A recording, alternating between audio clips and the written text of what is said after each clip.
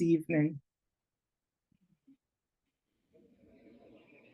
for an insightful hour of storytelling on Anishinabeg culture and history by Elder Becky Big Canoe.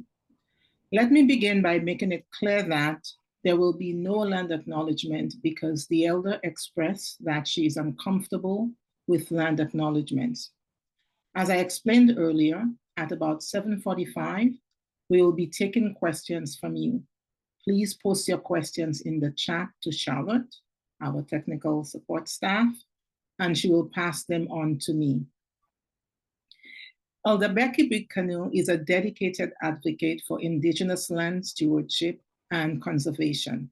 Elder Big Canoe will share her knowledge on the importance of respecting and preserving the land for future generations, drawing from her heritage and personal experiences. She will discuss the profound impacts of colonization on Anishinabeg culture, including the loss of autonomy and traditional practices, and the essential role of preserving traditional food systems and cultural knowledge in healing intergenerational trauma. In her storytelling, the elder will weave how the Mno Aki Land Trust that she co-founded with Indigenous grandmothers from across Turtle Island is helping revive the wild rice growing culture that was integral to the lives of Indigenous peoples in the northern Great Lakes and northwestern Ontario, northern Saskatchewan, and northern Manitoba, along with preserving other traditional food sources and the resilience of Indigenous communities in the face of historical challenges. Welcome, Elder Becky Big Canoe. Thank you so much, Afua. This is such a pleasure to be here. I'd like to introduce myself, and I would like to begin by saying maybe I should have said something before, and I'm very honored to be called an elder, but I have really not yet attained that status. I'm more comfortable with being acknowledged as a grandmother because I am, and because grandmothers are ubiquitous around the world for caring for their grandchildren and their communities, and being the ones who observe the state of well-being and conferring with one another on how do we correct things that are out of balance? How do we work together? So, I want to be more acknowledged as a grandmother at this point in time. And when I'm conferred the status of elder, it will be by my community and not by myself So I hope that's okay. In my life, I have received a few different Indigenous names, spiritual names, and I'll introduce those in my language. The very first one I received was when I had a 5-year-old boy, and that was simply Negigkwe, which means otter woman. And I'm a member of the Otter clan, which is a sub-clan of the Martin clan in our Anishinabeg tradition. We have many clans. And in the Martin clan, they are known as warriors, but they are also known as those who adopt the ones without a clan. So that is my first name, Otter Woman. And then several years later, when I was on a journey with a friend to bring attention to the issue of missing and murdered Indigenous women, I visited a healer friend, a spiritual man, and we were sitting beside a river in the springtime. And in the springtime, the river rushes wildly as the water melts and joins in the water. But he said to look across the river because there's a cut in the bank where the water is still, even though this water is rushing by. He said, that is you, that calm place in an otherwise fast-moving river. So I went into a sweat lodge during that journey in Anishinabeg, Ontario, and I was told the story of how this name was given to me. And I said, I don't know how to say this name in our language. And so in that sweat lodge, they gave me the honor of telling me that name. And it came to me as Ngajigokwa. And so it's nice and short to explain a bit of a longer concept. And then recently as well, I met a healer man from Mexico who checked my energy or whatever it is that they do. And he said that you're one who speaks for the ancestors. And so as far as I am aware in our language, it's Mno she speaks for the spirits. And so I've been trying to honor that name in the work that I'm doing with the land trust in order to always convey the truth as best as I know it. And that there, the truth, or debwe is how it's explained in our language, is one of our foundational grandparent teachings, along with honesty and humility and love and courage, bravery, strength, those types of values and principles of living.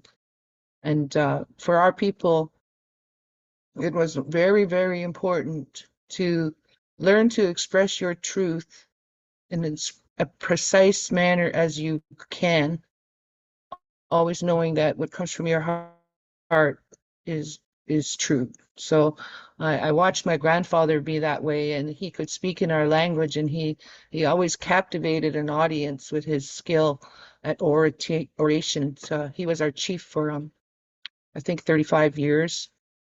And I remember my grandfather as being someone who cared for the people and resisted what had befallen us in a sense of being in the colonization process, put onto a reserve and being very much controlled by what they called an Indian agent at the time. It was like an overseer to keep us in line, so to speak. But he had our language, and for him, it was very sacred. And our language is our worldview and our connection to the land and our relationship to everything around us. It's a very verb-based language, as in it's active, and it distinguishes between that which is animate or alive or has spirit and that which is not. Now, these concepts are a little hard to illustrate, but I think as I tell you the story, as I understand it, about who we are as Anishinabeg people and how we came to be here on this earth and in this particular place, these things may have some bearing. From what I understand and what I've learned, Anishinabeg people have a creation story that goes back to what modern scientists would call the Big Bang. But in our iteration of the story, they say the first sound heard in the universe was the sound of a rattle. Was the very first sound. And out of that came many things and everything. But I'd like to sort of start our story as we talk about our migration story, because one time we dwelled upon the eastern edge of Turtle Island. Now where Labrador and Newfoundland and southern United States is, I mean the northeastern United States, was our origin point on Turtle Island. And a young boy was given a dream, and he said that they're going to appear they're going to speak to us in a supernatural way. And they say what appeared were mega shells. Mega shells are little cowrie-shaped shells, and so they saw these in the sky. So this was a supernatural happening that occurred. And these beings from these mega shells told the Anishinaabe people, it's time for you to begin a journey westward into the heart of the continent of Turtle Island. And so we followed the water, which would be known today as the St. Lawrence Seaway. And this trek or this journey took many generations. And as we traveled westward, we learned of all the plants and animals that were available there. And the fish, of course, were so abundant. All of the animals and plants were so abundant. But these beings told us that you will continue to go westward until you come to the place where food grows upon the water. And when we got to the Great Lakes region and the lakes of Ontario and northward, we found this wondrous grain growing in stalks in vast fields in water. And we called it Manoman, the seed of wonder. And it's known today also as wild rice. And today many people have taken up the harvesting of it once more, because during the process of colonization, all activities like that were forbidden by law for the Anishinabeg people to do. But in the last 30 years or so, particularly from Curve Lake, we had a very heroic man named James Wheatongue, who took it upon himself to begin seeding and growing the rice beds once more. And he began using his traditional territory of the Kawartha Lakes to seed this rice.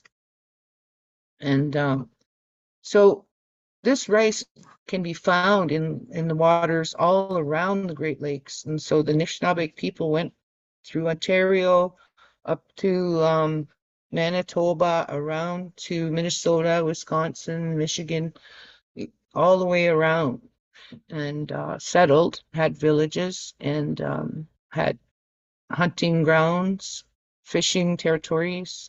We found ourselves in a land of great, great abundance. And so we settled here and became, we eventually separated into like 3 subgroups of the Anishinabeg, which was the Odawa, the Misaga, and the Anishinabeg. And we've also been known as Ojibwe, Chippewa. In our travels from our eastern shoreline, our relatives are the Wabanaki, the Innu, there's many of them actually. So all of Turtle Island was very, very well populated when the sorry, dear, excuse me.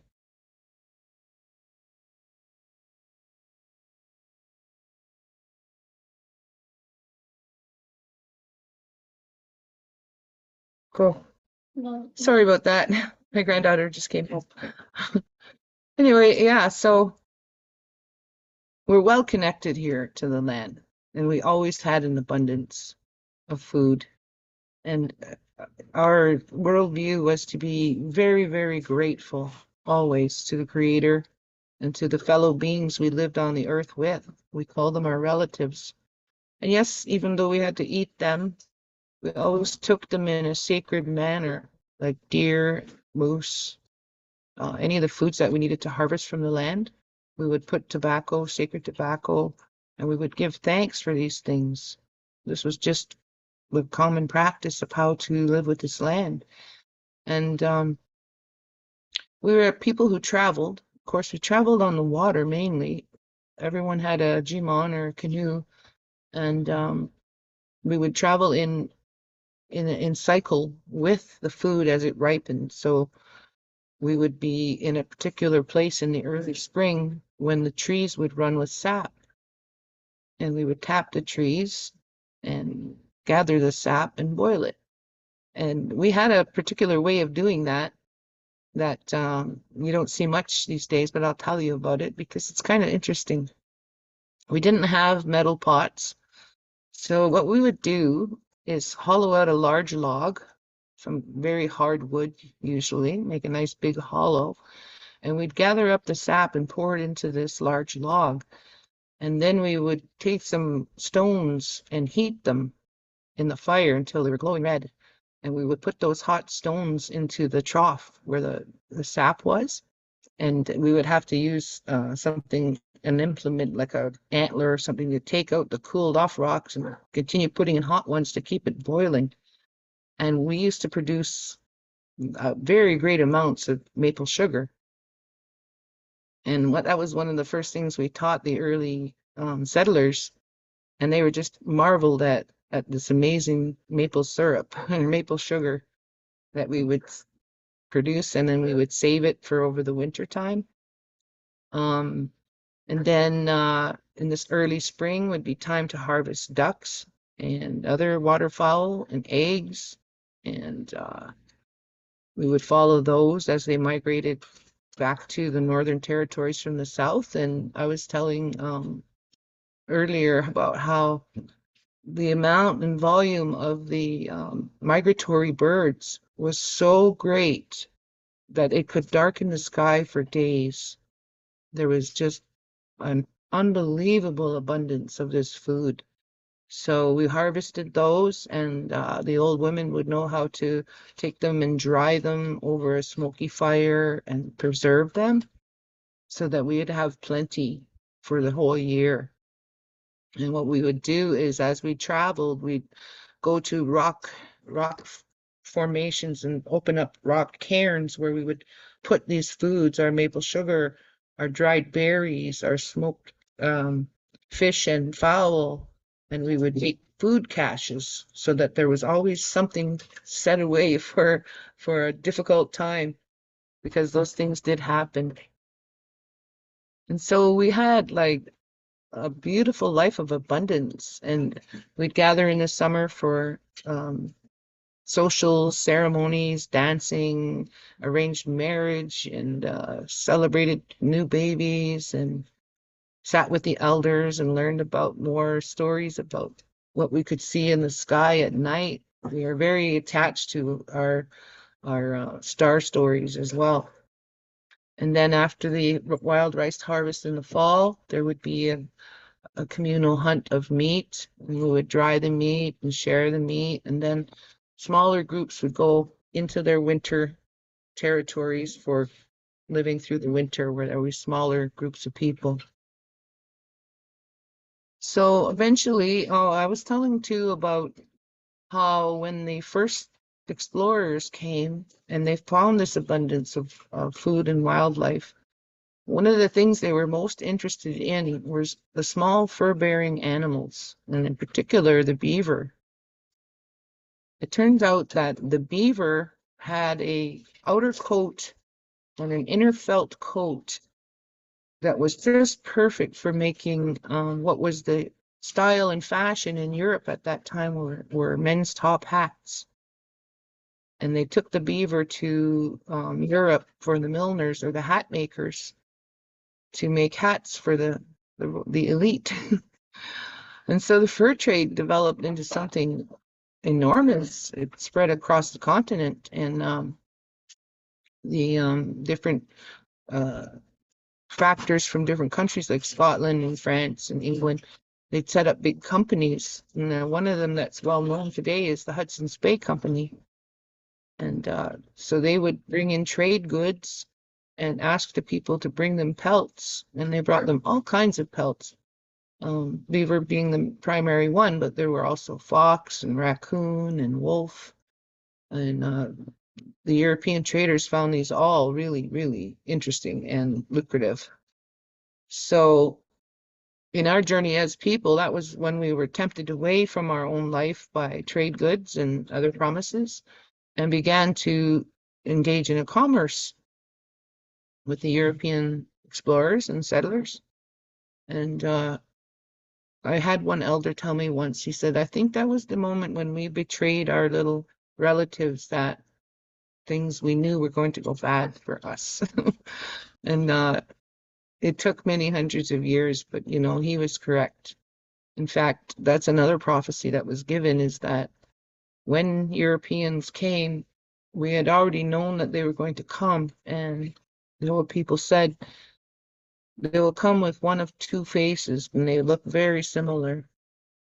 One will be truly of peace and friendship, and the other will fool you because they just want what they see they're here to have as their own. And so be very discerning. And I think our people were, but of course a language barrier that is very hard to bridge can cause a lot of difficulties when two different cultures meet. And so then, however, we did have an economic trade for a couple 100 years where each respected the other's boundary or space. And then we had the missionaries come in, and they had an agenda to convert us from our belief system to Christianity. So, in my case here in this region of the Great Lakes, around Lake Simcoe and Lake Huron and Lake Ontario, we had a lot of interaction with the missionaries, and our people adopted what they were preaching. So we agreed, okay, we will adopt that. And they were Methodist missionaries. And so early in the 1800s, we had a large group of people, and we settled at Coldwater, Ontario, which is just north of Aurelia, south of the 400 highway. And we built a school, a church, a mill, a town. We were doing really well. We had fields under cultivation, we had livestock, and we were doing really well. So there was pressure from the settlers. And so our people asked our chiefs to go to see the governor in Toronto. His name was Sir Francis Bondhead, and ask for a deed to make sure that we would have security in our homes and in our land. And they did that. Our chiefs went to Toronto from Coldwater, and they asked this governor for that deed. And what he produced and put under their hands for them to sign was a surrender of everything. And because our people couldn't understand the language, they trusted. All of a sudden, everyone, all of us from Coldwater, they called it Coldwater Reserve, suddenly had to leave. All of our hard work, our fields and gardens. And that band of people broke up into 3 different bands. And they,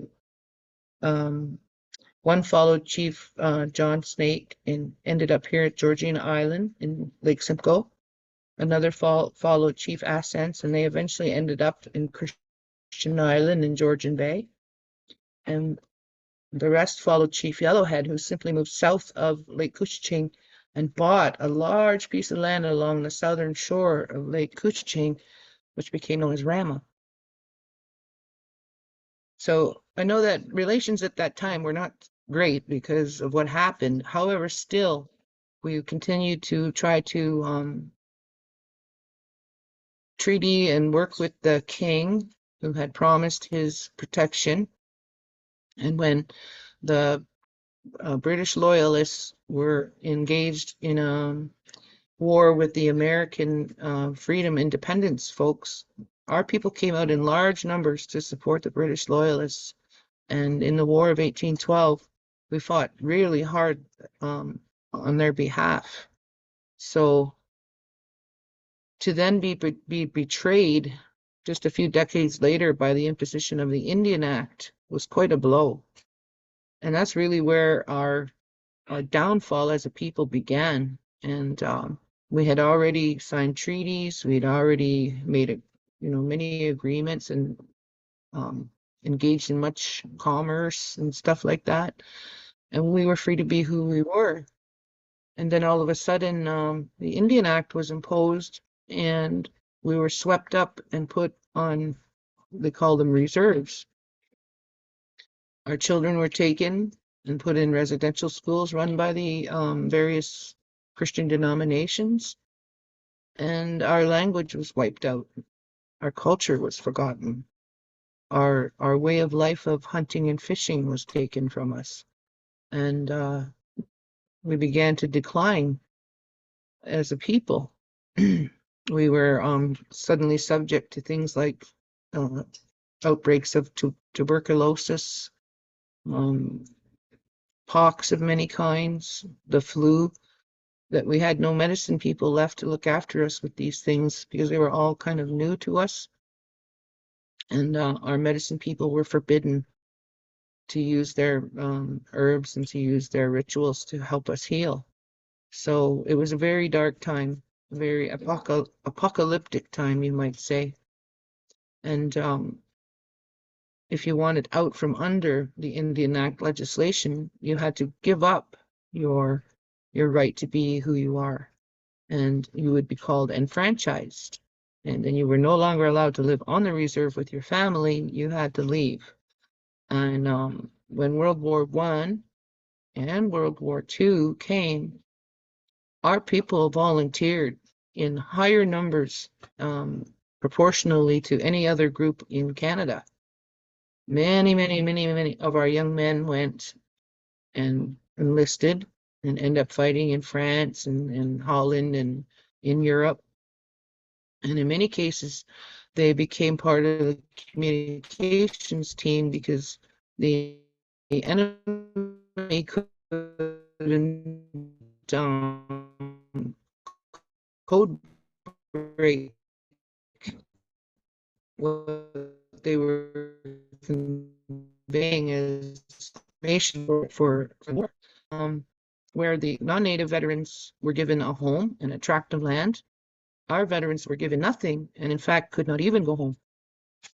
And in that time, they learned about alcohol. Alcoholism became a very big thing amongst our people. And in the early 50s, the government repealed the part of the Indian Act that disallowed us from going to a liquor store or a bar. And around the same time, they forced many of us to take on welfare. Welfare wasn't a choice we chose, it was imposed on us. And so our hunting and fishing way of life was gone. Our gathering and foraging of berries and rice and other things was gone. We were given this cash money, and it was given to the male of the household. So usually what happened was he would go to town to get the groceries, would end up stopping at the bar, and there'd be no money left for groceries.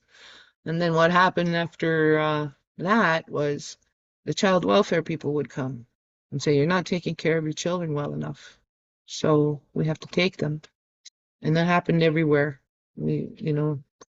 Communities lost many families that way, and those ones lost all knowledge, and now they're coming back looking for their family, for their community of belonging and things of that nature. So it's kind of a sad story, but it's what happens when people are taken from their natural creator-given way of life and forced to adopt another way of life. But I have to say, though, that our people are resilient and we're able to survive. Many of us are able to survive.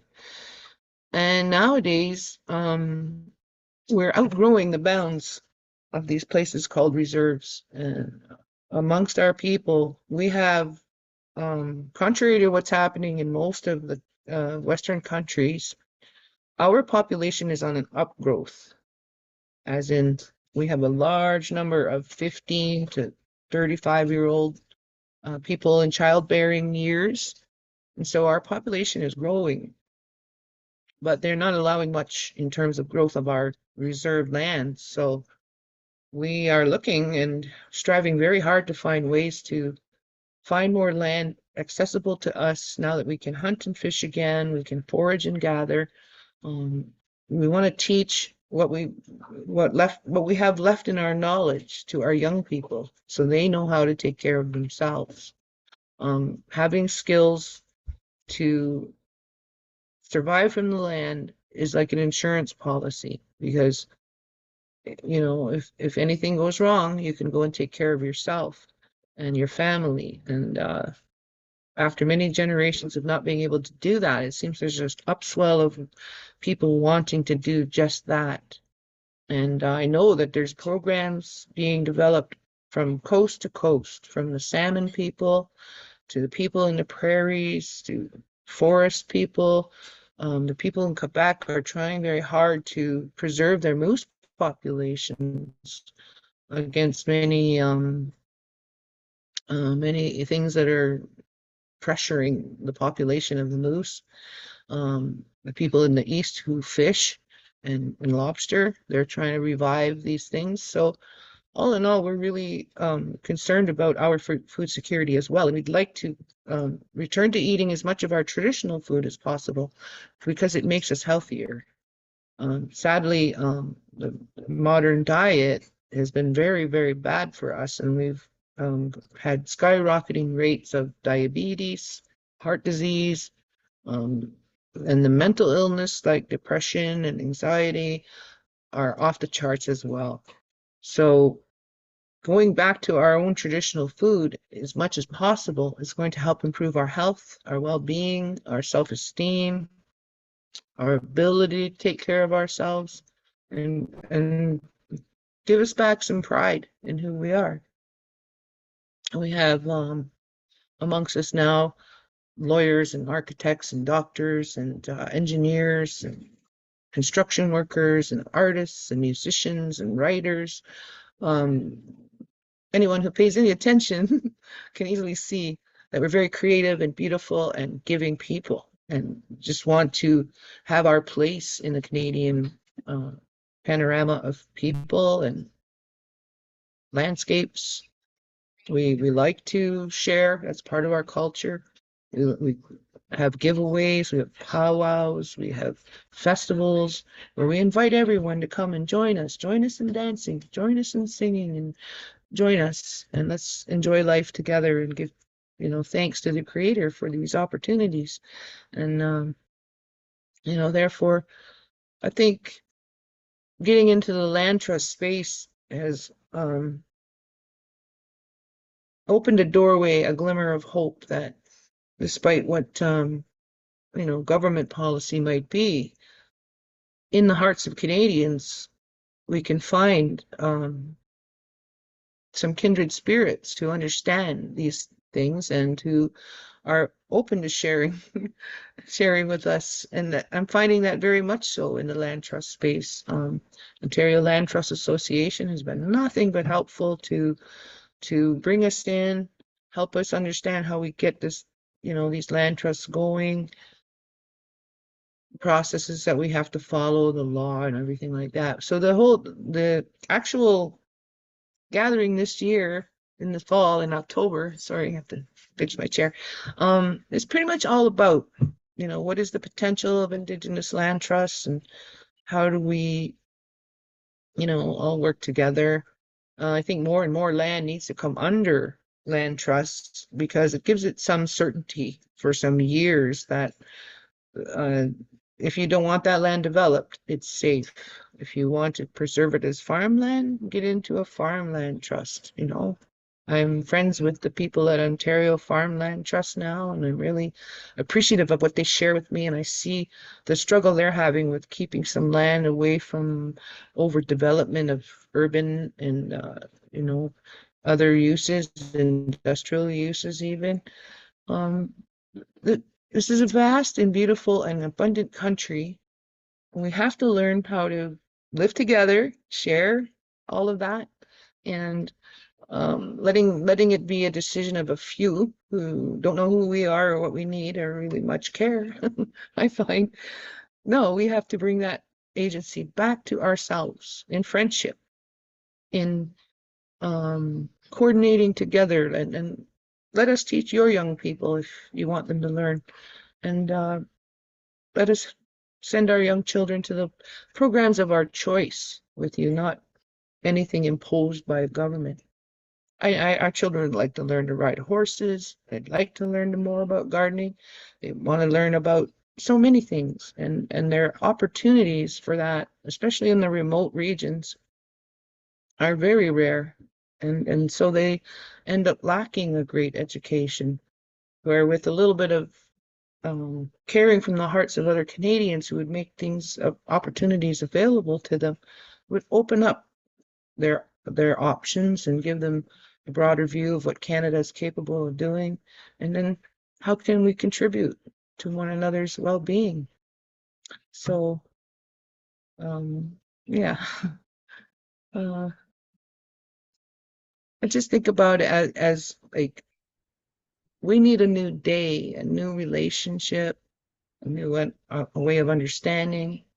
And one of the things I'd like to take as a good thing in the end, from the residential schools experience, is that we have a common language now. And even all of our indigenous nations that are across the country historically had different languages, but now we all have the same one. And we find that we have common stories, common beliefs, common values, even if they're expressed slightly differently culturally. But we can respect one another's point of view. And in the region of Quebec, they were taught French, and so they're very comfortable with that language. But I don't think that they get much huge respect in Quebec. I don't know. I had a grandmother from the border region there in Rouyn-Noranda. Well, we call it Temiskaming in Val-d'Or area. And she was taken from the trap line with her family at 7 years old. Anyway, yeah, we do still have some cultural divides to bridge and some policy making to sit down at the same table together and figure out, how we make it equitable so that Indigenous people who wish to be more food self-sufficient, more food secure, have the avenues and the space and the resources to be able to do that. And I think at this point in time, it's only fair and only right. So, so I believe we're getting close to Q&A time. Maybe a little bit early, but I'd like a sip of coffee.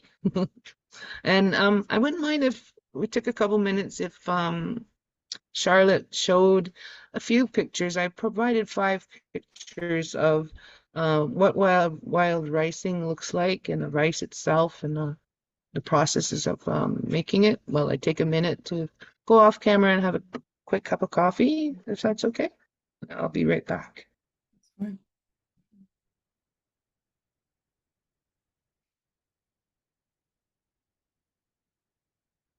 Mm.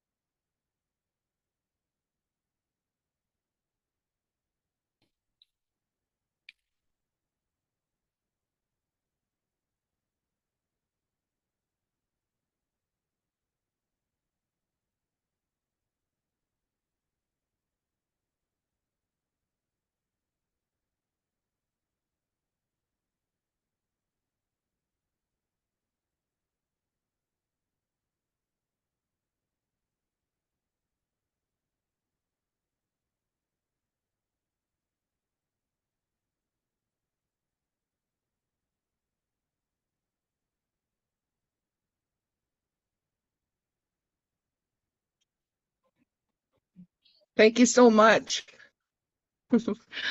What you saw there are the ancient wild ricing, and then at the end there was me giving it a try. I ran a camp in 2016, and I think we had 30 or 40 people come out to learn about wild ricing, and it's a beautiful community gathering type of thing because everyone goes out in their canoes and they one person paddles and the other person sits and pulls the rice over the boat and takes another stick and taps the rice and the grains fall into the boat.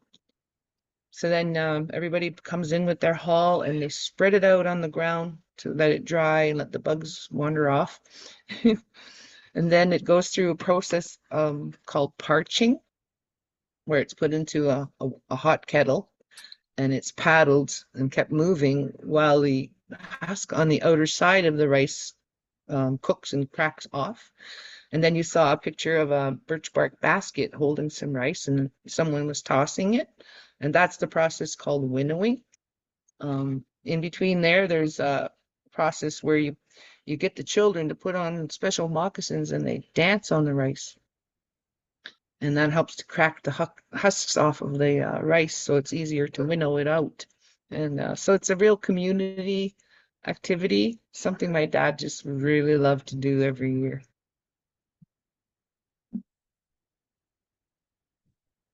Thank you, Grandmother Big Canoe, for such an enlightening and emotional story. I think at some point I heard your voice catching, and I could hear how there's still pain in what colonization has done to your people, Anishinabeg people, along with the rest of Indigenous people and their cultures. You know, Yeah. we often hear about how alcohol is ravaging Indigenous communities, but what we do not hear about is how colonization played a role in alcoholism in Indigenous communities. So again, I thank you for such, such a heavy education. This is education we don't get. I mean, I never got that in the many years I was in the school system here. Never got that. And I mean, what I got in school was how, you know, Indigenous people fought settlers, right? But you never hear why Indigenous people were fighting Yeah. settlers. And Fought for you. We fought for you. I never For heard that. I mean, it's I true. just never heard that. All I heard about was how you fought settlers. You did not want settlers here, and they were here to civilize you, yet still you were fighting it. That's what I was left with after I finished high school, you know? So again, Victory writes the history, yeah. right? And again, it's all about who writes history, you know? Yeah. So I thank you for your personal stories and your expertise. You have provided us with a richer, well, provided me and the rest of the audience with a richer understanding of the challenges and resilience of Indigenous communities. Again, thank you so very much. My As honor. we tran- thank you. As we transition to Q&A portion of the webinar, I have a few questions to Okay. start the discussion. We have about 8 minutes left. So you were discussing, you showed the pictures of wild rice, right? Can you share more about the significance of wild rice to Anishinaabe culture and how it has been affected by colonial practices? Yeah. When you're in a land of a healthy rice bed, it's not just rice. Rice is a keystone species for life all around it, from under the water. That's the fish, the shellfish, like the mullets, there's a vast variety of it. And then the bird life that will come and feed in there, the migrating birds and the songbirds and the swamp birds, and then turtles, frogs, all of these things are part of an ecosystem. And also there would be muskrat, mink, and um, they're all interconnected. And so when you take out a species like wild rice, which happened here at Georgina Island in 1923, I believe it was, when the Trent River or the Trent uh, waterway system was built, which was a series of locks built through from the Kawartha Lakes to Lake Simcoe and then on to Georgian Bay. All of a sudden, they were able to raise the water level of the lake. And all around the island, we lost 60 feet of shoreline, but it also was so high that it drowned our vast rice bed. And so all of a sudden, from one year to the next, it was no longer there and had a serious effect on everything, and especially us. And wild rice is a food that is rich in vitamin B derivatives like thiamine and many other really important vitamins. And it would last. It was one of those staples that you could keep in. We kept it in birch bark containers or whatever, but you could keep it for a long time. So in the wintertime, grandmothers could make a porridge out of wild rice, berries that they dried, some maple sugar that they had, and this is what we fed the children. And we would add that animal fat and fish. And so our kids had great nutrition at one time. Sadly, now they're being fed sugar, processed food, too much sugar. And so that was a very great loss, incalculable. So last year in the fall, we've hired a guy to kind of revive our ricing here at Georgina Island.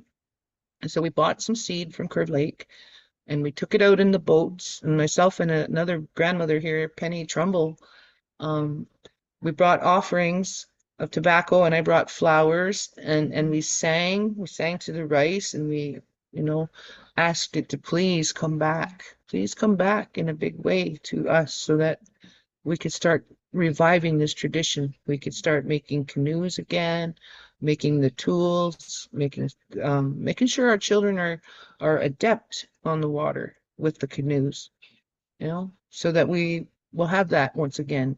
That's how we traveled everywhere. The waterways were our highways, and things like the Trent Severn Waterway just cut so many things off.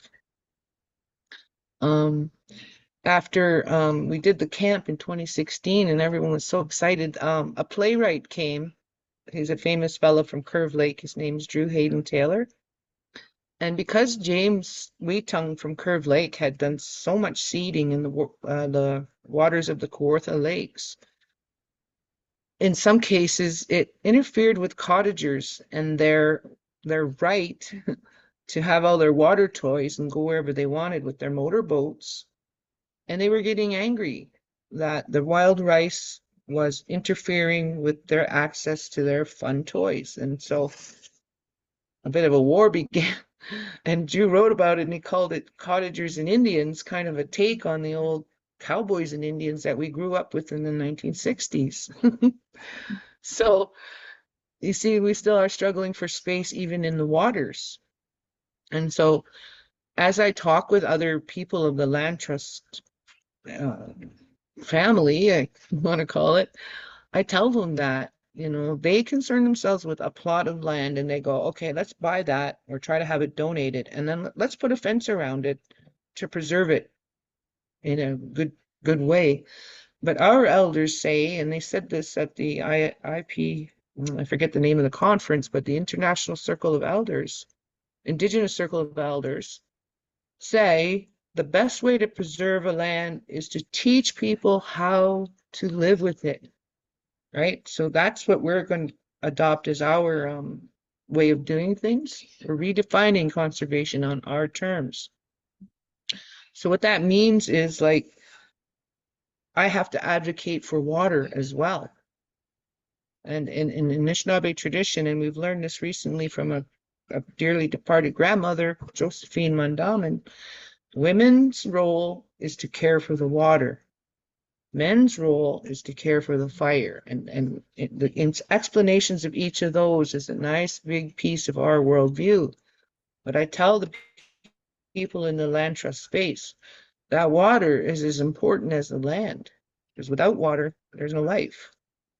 And we need to reintroduce ourselves to our ancient waterways and our ways of life of using those waterways. So there will be a clash. And, as long as there are people who believe that they have a right to enjoy without regard for others' rights, there will be a clash. And I hope that it gets resolved in a good way rather than a violent or not good way. Thank you. We have a question from someone in the audience, Ralph Martin. He asks, do you see a way for woodlots on private farmland to be used by First Nations for gathering your medicines?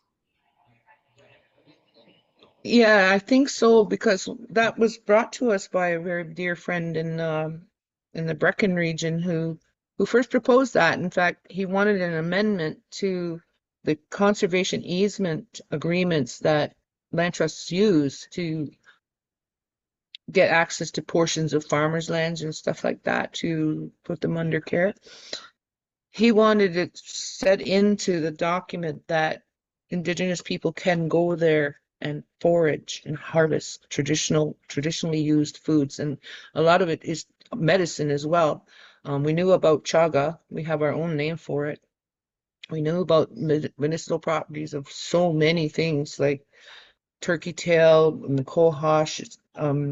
It's an endless list of native herbal remedy and foods, and they want to try and accommodate that. And so that's going to be a big topic this fall at the Ulta gathering about how do we make space for us. And I'm glad he asked that question. Thank you. Can you discuss some of the achievements of the Mno Aki Land Trust so far? Well, we're only a couple of years in, and the first land donation we're receiving is in King Township, and it's on the Oak Ridges Moraine, and it's very dear land as in price, and it's very, very beautiful farming land. So we're being given a small portion that includes a meadow and a field or a forest. And a few weeks back, a few members of the board and myself, we went there to introduce ourselves to the land and have a little pipe ceremony and talk to the ancestors that we know are buried there to, you know, be given that assistance. And I don't even know how to express that, but we needed to make a connection through our hearts. And what we found in that forest, the first thing we saw was this beautiful big old tree, and it had these very distinctive bends in a limb, which are one of the ways Anishinabeg used to, they call them marker trees, and they would make tree bends, and then so someone following you in the days to come would look at that and see it had a message in it for you as to what might be something that's in the area or which direction to go. And so we saw an elder marker tree, and that's where we sat down. And I know it's not your definition of a success or anything like that, but to us it was really significant. It was like really warm welcoming, and that's the kind of connection we're striving for. We don't have a lot of money in the bank just yet, but we've been pledged various lands, like through an estate, like a bequeathment. When someone passes on, they're going to give us the whole farm, and that's over on the Bruce Peninsula. Another land trust wants to give us a nice forested piece near Norland, which is north of Peterborough. So the people of the Kawarsas and Peterborough, the grandmother council will be composed of the people who live there. As in the one in the Bruce, the grandmother council will be composed of the grandmothers who live there. And so that's the way we're going to deploy the lands that we receive, is into the hands of the local grandmothers so that they can look to the well-being of their own communities. We think that's probably the best way. And we'll hold it and do all the legal stuff and whatever else is needed. Thank you once again, Grandmother Becky Big Canoe, for your enlightening stories and for sharing your expertise with us today. We My greatly pleasure. appreciate your time and educating us on Anishinabeg culture and how integral it is to the history of Turtle Island. For anyone who would like to get in touch with Grandmother Becky Big Canoe and to know more about the Mno Aki Land Trust. Mno means good. Aki is earth, good earth. Mno Aki, Mno Aki. Thank you, Afua. Yeah, just can go to bigcanoeb@gmail.com or info@mnoaki.org. And I don't know if anyone lives in the Aurelia area, but my friend and I, we put up a little booth at Mariposa Music Festival. Okay. Thank you all. Sorry, go on. Go ahead, no, that's please be aware that this webinar is funded by Readiness Investment Program, funded by the federal government.